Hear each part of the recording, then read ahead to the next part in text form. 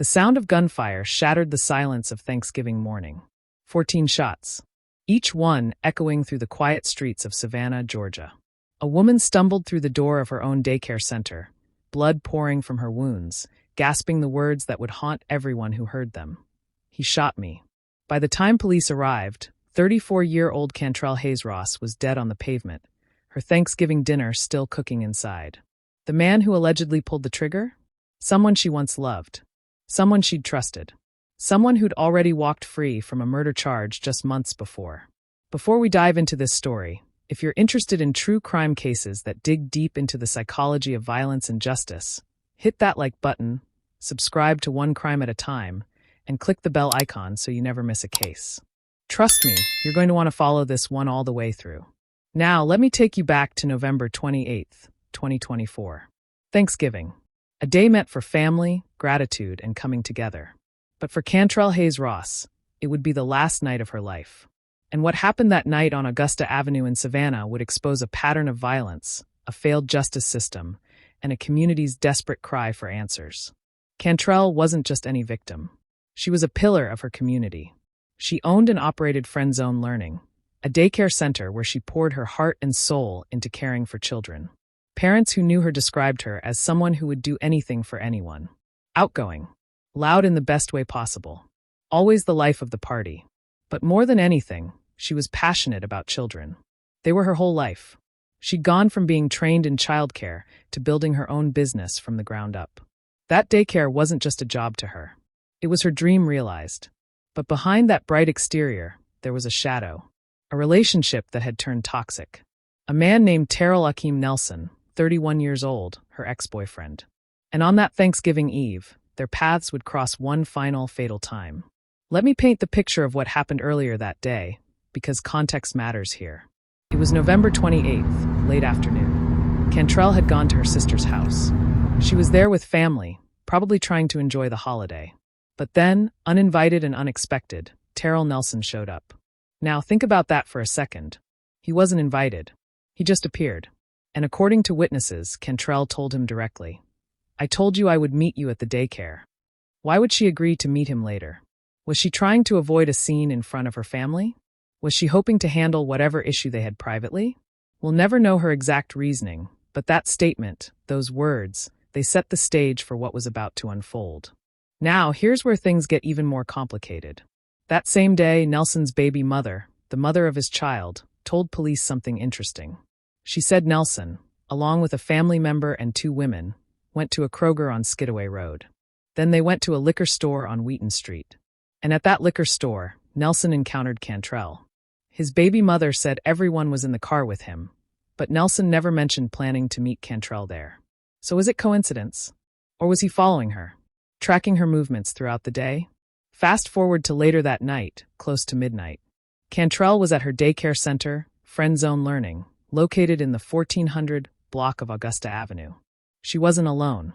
A close friend was with her. They were sitting outside, drinking wine, relaxing. Inside the daycare, Cantrelle was finishing up meal prep for Thanksgiving dinner. She was multitasking, doing what so many of us do during the holidays, trying to get everything ready while also enjoying time with a friend. But what her friend didn't know was that Terrell Nelson was already inside the daycare. Think about that.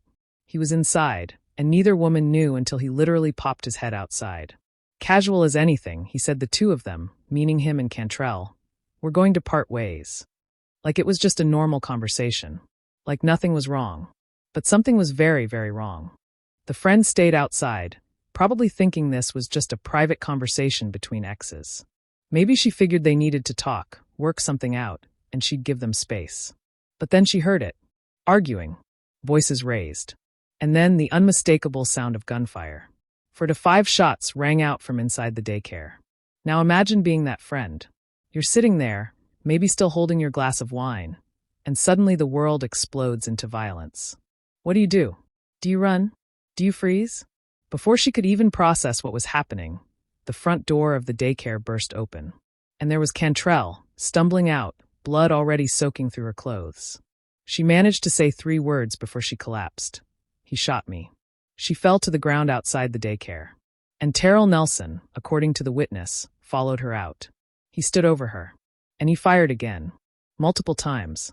Shots rang out as Cantrelle lay there, helpless. The friend watched in horror as Nelson emptied his gun into the woman she'd just been sitting with, talking with, laughing with. 14 shell casings. That's what investigators found at the scene. 14. 4 of them inside the daycare. 9 outside. Plus 12 fragment pieces. All .40 caliber bullets. All from the same gun. Cantrelle was shot in the back and in the torso. Multiple wounds. Deliberate. Ruthless. After the final shot, Nelson got into his SUV and drove off. Just like that. Left Cantrelle bleeding out on the pavement in front of her own business. Her friend was the only witness. The only person there to hold her, to try to help, to watch the life drain from her eyes. Within minutes, Savannah Police Department got an alert. Not from a 911 call at first, but from ShotSpotter, an AI-powered technology that detects gunfire and automatically alerts police. Officers rushed to the scene on Augusta Avenue. But when they arrived, it was already too late. Cantrelle Hayes-Ross, just 34 years old, a woman who dedicated her life to caring for children, was pronounced dead at the scene. Her injuries were so severe, there was nothing anyone could do. Now, here's what makes this even more chilling. A convenience store nearby picked up the sound of the gunshots, but not the video. So while there was audio confirmation of the violence, there was no surveillance footage of the actual murder. The only real witness was Cantrelle's friend, the woman who'd been sitting outside with her just moments before. And here's another detail that'll make your skin crawl. Nelson's SUV was parked in front of Cantrelle's car, blocking it. She couldn't leave even if she'd wanted to. He'd positioned himself so she was trapped. Whether that was intentional or not, it meant Cantrelle had no escape route. She was cornered in her own place of business. So who is Terrell Nelson? Because understanding him is key to understanding this case. This wasn't some random act of violence. This wasn't a stranger. This was someone Cantrelle knew intimately. Someone she'd been in a relationship with. And someone with a very, very dark history. Terrell Nelson was 31 years old at the time of Cantrelle's murder. And this wasn't his first time behind bars. Not even close. In fact, this was his 10th incarceration. Let that sink in. 10th. By age 31, he'd been locked up 9 times before. Most recently, he'd been released from prison in 2021 after serving 3 years for being party to a crime involving armed robbery and probation violation. But his criminal history goes back even further. In June 2018, Nelson was arrested in McIntosh County after a police chase. He was charged with fleeing and attempting to elude police, speeding, driving with a suspended license for the 3rd time, reckless driving, and possession of a firearm by a convicted felon. When police searched his vehicle, they found a .40 caliber semi-automatic handgun hidden in his trunk, along with a magazine and ammunition. The same caliber weapon that would later be used to kill Cantrelle. But here's the part that should make everyone's blood boil. This wasn't even Nelson's first murder case. Back in 2013, when he was just 19 years old, Nelson and another man were charged with fatally shooting a man named Ahmed Williams. It happened in March 2013 on 54th Street. Ahmed was shot on his own front porch. There was an eyewitness, a neighbor who saw what happened. And yet, despite that testimony, despite the evidence, Nelson and his co-defendant were acquitted. Let me say that again. Acquitted. In February 2024, just 9 months before Cantrelle's murder, a jury found Nelson not guilty of murder and related charges. The deliberation took about 2 hours. Defense attorneys successfully challenged the witness's credibility, and Nelson walked free. Free to live his life. Free to cross paths with Cantrelle Hayes-Ross. Free to allegedly kill again. You have to imagine how Cantrelle's family felt when they learned about Nelson's history. When they realized the man accused of murdering their daughter, their sister, their loved one, had already been tried for murder once before and got away with it. How do you process that? How do you trust a system that let someone like that slip through the cracks? After Cantrelle's murder, Savannah police launched a manhunt for Nelson. But here's the twist. He turned himself in. On December 1st, 2024, just 3 days after the murder, Nelson showed up at the Savannah Police Department. But he didn't come in to confess. He came in, according to his own words, to clear his name. Detectives sat down with him. They started an interview. And Nelson told them a story that, frankly, doesn't add up. He claimed he only saw Cantrelle in passing the day of the murder. He said he hollered out the window at her on Wheaton Street when they crossed paths. That's it. Nothing more. Just a casual interaction. No meeting at the daycare. No argument. No gunfire. Just a quick greeting from a car window. But then, in the middle of the interview, Nelson said he didn't want to continue talking until he had a cigarette. And just like that, the interview stopped. He never gave a full statement. Never explained why his SUV was at the scene. Never accounted for the timeline. Never addressed the witness who saw him shoot Cantrelle multiple times. On December 2nd, Nelson was officially arrested and charged with malice murder, 2 counts of felony murder, aggravated assault, and 2 counts of possession of a firearm by a convicted felon. He was taken into custody and held without bond. Meanwhile, Cantrelle's family was left to pick up the pieces. On November 30th, just 2 days after her death, they held a candlelight vigil. They released balloons in her favorite colors. They played her favorite music. They lit candles and stood together in grief, trying to honor the woman they loved. They also started raising money for funeral expenses, because losing someone suddenly like that, there's no preparation. No savings set aside. Just shock and bills that pile up while you're trying to mourn. Cantrelle's mother, Amanda Hayes, took to social media. She posted a photo of Terrell Nelson with a caption that cut straight to the heart. "This is the person who murdered my daughter." It was raw. It was painful. It was a mother's cry for justice in a world that felt like it had failed her family once already. And the family made something very clear to the district attorney's office. They did not want a plea deal. They wanted Nelson to face trial. They wanted the punishment to fit the crime. They said this was just the beginning of their fight for justice. Because they'd seen what happened in 2013. They'd seen how Nelson walked free. And they were terrified it might happen again. On February 4th, 2025, Nelson appeared for his preliminary hearing. He showed up via video call from jail, wearing a mask, a small wrap around his left-hand knuckles, and a dark green jumpsuit. Detective Cooper from the Savannah Police Department testified about the evidence. He laid out the timeline, the witness statements, the shell casings, the injuries. Everything pointed to Nelson. And during that testimony, witnesses in the courtroom said Nelson showed no emotion. He looked down. He scratched at the podium. He barely reacted at all. His lawyer asked only a few questions, mostly about surveillance footage and how many witnesses had been interviewed. But there was no strong defense. No alternate theory. Just silence. Judge Joe Huffman found probable cause. The case moved forward to Superior Court. On March 4th, 2025, Nelson's bond hearing took place. The prosecution argued he was a significant risk. A risk of fleeing the jurisdiction. A risk of posing a threat to the community. A risk of committing another felony while awaiting trial. A risk of intimidating witnesses or obstructing justice. The judge agreed. Bond was denied. Nelson would remain in custody. Then on May 15th, 2025, Nelson stood before a Chatham County judge. He waived the formal reading of the indictment. And he entered his plea, not guilty. He requested a trial by jury. And just like that, the stage was set. This case, this tragedy, this fight for justice would go to trial. As of now, November 6th, 2025, the case is still moving toward trial. Nelson remains behind bars without bond. The evidence is stacked against him. 14 shell casings. A credible eyewitness. A history of violence. A prior murder acquittal that raises serious questions about how someone with his record was ever walking free in the first place.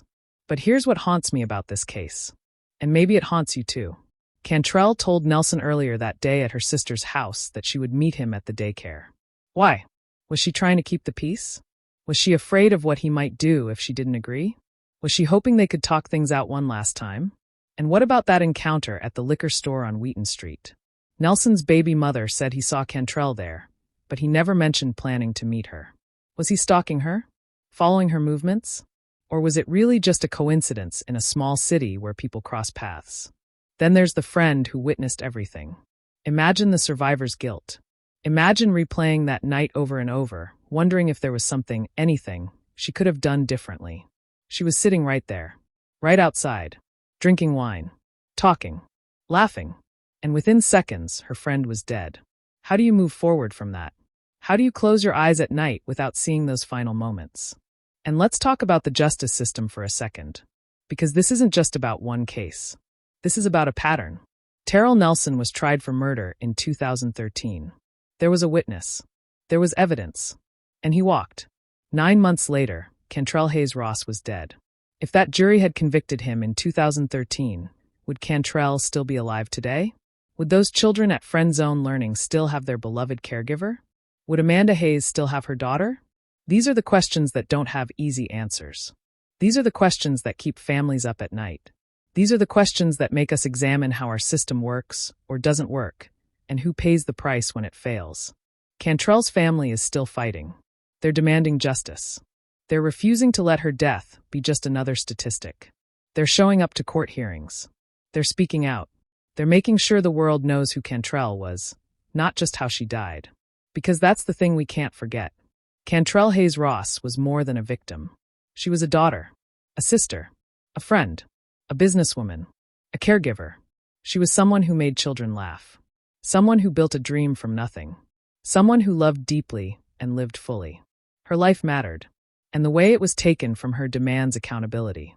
So where does that leave us? Waiting. Waiting for a trial. Waiting for a jury to hear the evidence. Waiting to see if this time, justice will be served. Waiting to see if Terrell Nelson will finally be held accountable for the violence he's allegedly committed. Waiting to see if Cantrell's family will get the closure they desperately need and deserve. But waiting doesn't bring her back. Waiting doesn't undo the trauma. Waiting doesn't erase the pain. It just stretches it out day after day, month after month, until finally, hopefully, there's a verdict that brings some sense of peace. This case raises so many psychological questions that we need to sit with. What drives someone to commit such a brutal, calculated act of violence against someone they once claimed to love? Is it control? Is it rage? Is it a deep-seated inability to process rejection or loss? How many red flags have to wave before the system actually protects potential victims? Nelson had been incarcerated 9 times before. He'd been tried for murder before. He was a convicted felon illegally possessing firearms. Where were the interventions? Where were the safeguards? How did he keep slipping through? If you've been following along with this case, I want to hear from you. What do you think about the justice system's handling of repeat offenders? Do you believe someone with Nelson's history should have been walking free? What would real accountability look like in cases like this? Drop your thoughts in the comments below. Let's have this conversation because these questions matter. These cases matter. These lives matter. If you found this case as compelling and heartbreaking as I did, make sure you hit that like button, subscribe to One Crime at a Time, and turn on notifications so you don't miss our next deep dive. Share this video with someone who's interested in true crime that goes beyond the headlines and asks the hard questions. And most importantly, keep Cantrell's family in your thoughts as they continue fighting for justice.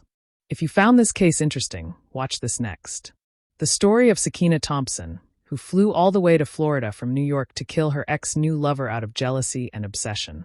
It's a case that explores the dangerous intersection of love, control, and violence. Trust me, you won't want to miss it. Check out the video on this channel to hear that story. I'll see you there.